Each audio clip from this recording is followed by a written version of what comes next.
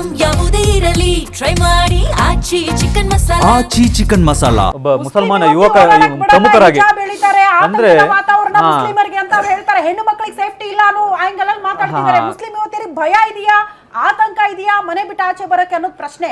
ಪಾಪ ಅವ್ರ ಹೆಣ್ಣು ಮಕ್ಕಳ ಬಗ್ಗೆ ಅವ್ರಿಗೆ ನಂಬಿಕೆ ಇಲ್ಲ, ಯಾಕಂದ್ರೆ ಹಿಜಾಬ್ ಧರಿಸ್ಕೊಂಡ್ರೆ ಆಚೆನೆ ಬರಂಗಿಲ್ಲ ಹಿಜಾಬ್ ಧರಿಸ್ತೇ ಅವರು ಅಂತ ಪರಿಸ್ಥಿತಿ ಇದೆ ಅಂತ ಈ ಧರ್ಮದಲ್ಲಿ. ಸಾದಿಕ್ ಪಾಷಾ ಅವ್ರು ಮತ್ತೊಂದು ಹೇಳ್ತಾರೆ, ಈಗ ಮೊನ್ನೆ ಪ್ರಕರಣದಲ್ಲಿ ಅವ್ರು ರಂಜಾನ್ ಇತ್ತು, ಹಿಜಾಬ್ ಹಾಕೊಂಡು ಹೋಗ್ಬೇಕು, ಯಾಕೆ ಹಾಕೊಂಡು ಹೋಗ್ಬೇಕು, ತಕೊಂಡು ಹೋಗ್ಬೋದಿತ್ತು. ನಮ್ಮ ಯುವಕರು ಒಳ್ಳೆಯವರಿದ್ದಾರೆ, ನಾನು ಮಾತಾಡ್ಲಿ, ನಮ್ಮ ಯುವಕರು ಒಳ್ಳೆಯವರಿದ್ದಾರೆ, ಮಾಬ್ ಲಿಂಚಿಂಗ್ ಮಾಡ್ಲಿಲ್ಲ ಅಂತ ಹೇಳಿ ಅದನ್ನ ಹೇಳ್ತಿದ್ದಾರೆ. ಅಂದ್ರೆ ಮಾಬ್ ಲಿಂಚಿಂಗ್ ಆಗ್ಬೇಕಿತ್ತ ಅಂದ್ರೆ ಅಂದ್ರೆ ನೀವೇನ್ ಹೇಳ್ತಿದ್ದೀರಾ? ಎಸ್ಪಿ ಮೇಲೆ ಹಲ್ಲೆ ಮಾಡಿದ್ದಾರೆ, ಯಾವ ಒಂದು ಜಿಹಾದಿ ಮಾನಸಿಕತೆ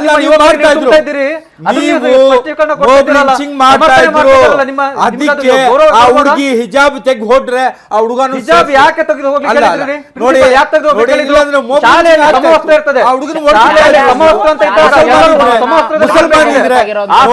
ಹೇಳ್ಕೊಡ್ಲಿಕ್ಕೆ ಶಾಲೆಗಳು ಇರುವಂತದ್ದು. ನಾವು ಹೇಳ್ತೀವಿ ಅಂತ.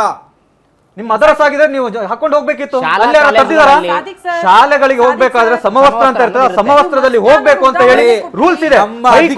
ಹೈಕೋರ್ಟ್ ಆದೇಶ ಬಂದ್ರೆ ನೀವು ಪಾಲನೆ ಮಾಡ್ಲಿಲ್ಲ, ಹೈಕೋರ್ಟ್ ಆದೇಶ ಬಂದ್ರೆ ಪಾಲನೆ ಮಾಡ್ಲಿಲ್ಲ ಅಂತ ಹೇಳಿದ್ರೆ ಯಾವ ರೀತಿ ಮಾನಸಿಕತೆ ಇದೆ ಹೋಗ್ಬೋದು. ಅವರು ಆ ರೀತಿಯಲ್ಲಿ ಒಂದು ಕಾನೂನು ಉಲ್ಲಂಘನೆ ಮಾಡ್ತಾ ಇದ್ದಾರೆ ಅಂತ ಯುವಕರು, ಚಿಕ್ಕ ಚಿಕ್ಕ ಯುವಕರು ಇವತ್ತು ಆ ರೀತಿ ಮಾಡ್ತಿದ್ದಾರೆ. ಮುಸ್ಲಿಂ ಹೆಣ್ಣು ಮಕ್ಕಳು ಮನೆಯಿಂದ ಹಿಜಾಬ್ ಧರಿಸ್ಕೊಂಡು ಬರಬೇಡಿ ಅಂತ ಯಾರು ಹೇಳಿಲ್ಲ, ಹಿಜಾಬ್ ಹಾಕೊಳ್ಳದೆ ಓಡಾಡಿ ಅಂತ ಯಾರು ಕೂಡ ಒತ್ತಡ ಹಾಕ್ತಾ ಇಲ್ಲ. ಕೇಳಿರೋದು ಸಮವಸ್ತ್ರ ಶಾಲಾ ಕಾಲೇಜುಗಳಲ್ಲಿ ಒಳಗಡೆ ಮಾತ್ರ ಮಾಡಿದ್ದು ಅಲ್ಲ ಹೈಕೋರ್ಟ್. ಇವನ್ ಅದು ಕೋರ್ಟ್ ನಿಂದಲೇ ಒಂದು ಆದೇಶ ಹೊರಬಿದ್ದಿದೆ, ಅದನ್ನ ಪಾಲನೆ ಮಾಡಿ ಅಂತ. ಅದ್ ಯಾಕೆ ಬಂತೋ ಗೊತ್ತಿಲ್ಲ. ಪಾಪ ಅಲ್ಲೂ ಹಿಜಾಬ್ ಧರಿಸ್ಕೊಂಡು ಹೋಗ್ತೀವಿ ಅಂತ ಹಂಗಾದ್ರೆ ಪ್ರವೋಕ್ ಮಾಡಿ ಮಸ್ಕಾನ್ ಅವ್ರನ್ನ ಕಳಿಸಿದ್ದೆ. ಮುಸ್ಕಾನ್ ಖಾನಿಗೆ 5 ಲಕ್ಷ ಬಹುಮಾನ ಕೊಡ್ತೀರಾ?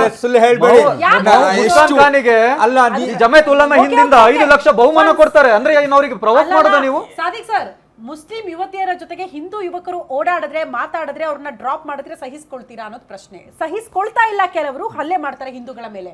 ಹಾಗಾದ್ರೆ ನಾವ್ ಯಾಕೆ ಸಹಿಸ್ಕೊಳ್ಬೇಕು ಅಂತ ಹಿಂದೂಗಳನ್ನು ಕೇಳ್ತಾ ಇದ್ದಾರೆ. ಮುಸ್ಲಿಂ ಹುಡುಗರು ಬಂದು ಹಿಂದೂ ಯುವತಿಗಳನ್ನ ಟಾರ್ಗೆಟ್ ಮಾಡ್ಕೊಂಡು ಲವ್ ಜಿಹಾದ್ ಮಾಡ್ತಿದ್ದಾರೆ, ಹೆಣ್ಣು ಮಕ್ಕಳಿಗೆ ಮೋಸ ಆಗ್ತಾ ಇದೆ ಅಂತ ಪ್ರಶ್ನೆ ಮಾಡ್ತಿದ್ದಾರೆ. ತಪ್ಪೇನು ಅನ್ನೋದನ್ನ ಅವ್ರು ಪ್ರಶ್ನೆ ಕೇಳ್ತಾರೆ. ನೋಡಿ, ಈಗ ಆ ಹುಡುಗ ಪ್ರಶ್ನೆ ಮಾಡಿದ್ ತಪ್ಪ?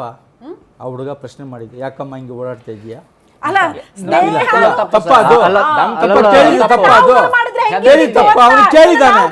ಕೇಳಿದಾನೆ ಹುಡುಗ, ಅವನು ಏನಿಲ್ಲ, ಅವ್ನು ತಪ್ಪೇನ್ ಮಾಡ್ಲಿಲ್ಲ, ಕೇಳಿದಾನೆ.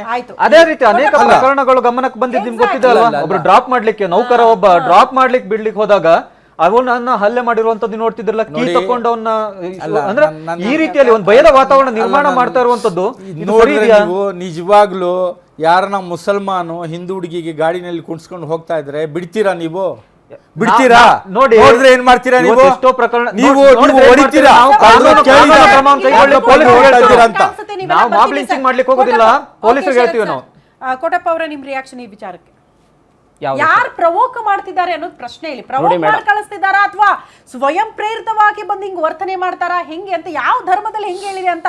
ಅವ್ರ ಜೊತೆ ಮಾತಾಡಬಾರ್ದು, ಇವ್ರ ಜೊತೆ ಮಾತಾಡಬಾರ್ದು, ಹಿಂದೂ ಯುವಕರು ಮುಸ್ಲಿಂ ಯುವತಿಯರನ್ನ ನೋಡಬಾರ್ದು, ಮುಸ್ಲಿಂ ಯುವತಿಯರ ಜೊತೆ ಹಿಂದೂ ಯುವಕರು ಮಾತಾಡಬಾರ್ದು. ಯಾಕಿಂತ ಪರಿಸ್ಥಿತಿ? ಯಾವುದೇ ಕೂಡ ಒಂದು 100 ಮುಸ್ಲಿಂ ಯುವಕರ ಮಧ್ಯೆ ಒಂದು 100 ಹಿಂದೂ ಯುವಕರ ಮಧ್ಯೆ ಒಂದು ಮುಸ್ಲಿಂ ಯುವತಿ ಆಗಲಿ ಅಥವಾ ಅವಳು ಒಂದು ಸುರಕ್ಷಿತವಾಗಿರಬಹುದು. ಆದ್ರೆ 10 ಮುಸ್ಲಿಂ ಯುವಕರ ಮಧ್ಯೆ ಒಂದು ಹಿಂದೂ ಯುವತಿ ಸುರಕ್ಷಿತವಾಗಿರ್ಲಿಕ್ಕೆ ಸಾಧ್ಯ ಇಲ್ಲ. ಯಾಕಂದ್ರೆ ಇದು ನಿಮ್ ಹಳೆ ಅನೇಕ ಘಟನೆಗಳನ್ನು ಕೊಡಬಹುದು. ನಾನು ಮೊನ್ನೆ ನೇಹಾ ಹತ್ಯೆ ಕೂಡ ಹುಬ್ಬಳ್ಳಿಯಲ್ಲಿ ಆಯ್ತು. ಏನಾಯ್ತು?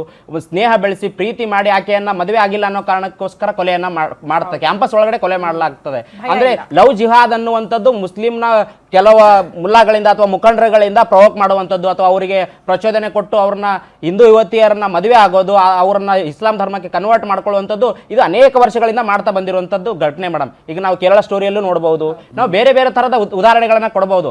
ಆದರೆ ಮುಸ್ಲಿಂ ಮುಖಂಡರುಗಳೇನು ಮಾಡಬೇಕು, ಹಿಂದೂ ಅಥವಾ ಮುಸ್ಲಿಂ ಯುವಕರಿಗೆ ಒಂದು ಪಾಠವನ್ನು ಮಾಡಬೇಕು. ನಾವು ಸಮಾಜದಲ್ಲಿ ಹೆಂಗಿರಬೇಕು, ಕಾನೂನು ಸುವ್ಯವಸ್ಥೆಯನ್ನು ಕಾಪಾಡ್ಕೊಳ್ಬೇಕು, ಸಂವಿಧಾನ ಅನ್ನುವಂಥದ್ದಿದೆ, ಒಂದು ಕಾನೂನು ಅನ್ನುವಂಥದ್ದಿದೆ, ಅದನ್ನು ಪಾಲನೆ ಮಾಡಬೇಕು. ಆ ಮುಸ್ಲಿಂ ಯುವತಿ ಆ ಹುಡುಗನ ಬೇರೆ ತಿರುಗಾಡಬಾರ್ದ, ಮನೆ ಕರೆಸಬೇಕು, ಹೇಳಬೇಕು, ತಿಳಿಸ್ಬೇಕು, ಮಾಡಬೇಕು. ಅದನ್ನ ಬಿಟ್ಟು ರಸ್ತೆಯಲ್ಲಿ ಹೋಗಿ ಒಂದು ಮುಸ್ಲಿಂ ಯುವತಿಗೆ ಪೊಲೀಸ್ಗಿರಿಯನ್ನು ತೋರಿಸೋದು ಅಥವಾ ಹೆದರಿಕೆಯನ್ನ ಹಾಕೊಳ್ಳೋದು, ಇದು ಯಾವ ತರದ ಕಾನೂನನ್ನು ಇವರು ಪಾಲನೆ ಮಾಡ್ತಾರೆ? ಹಿಂದೂಗಳು ಮಾಡ್ತಾರೆ ಅನ್ನೋ ಕಾರಣ ಪ್ರವೋಕ್ ಆಗಿ ನಾವು ಕೂಡ ಮಾಡ್ತೀವಿ. ಯಾವ ಹಿಂದೂ ಯುವಕರು ಕೂಡ ಮುಸ್ಲಿಂ ಯುವತಿಗೆ ಅಸಭ್ಯ ವರ್ತನೆ ಮಾಡುವಂತ ಘಟನೆಗಳು ಯಾವುದು ಹಿಂದೂಗಳಿಂದ ಪ್ರದರ್ಶನ ಆಗಿದೆ ಅನ್ನೋದನ್ನ ಅವ್ರು ಹೇಳ್ತಾರೆ.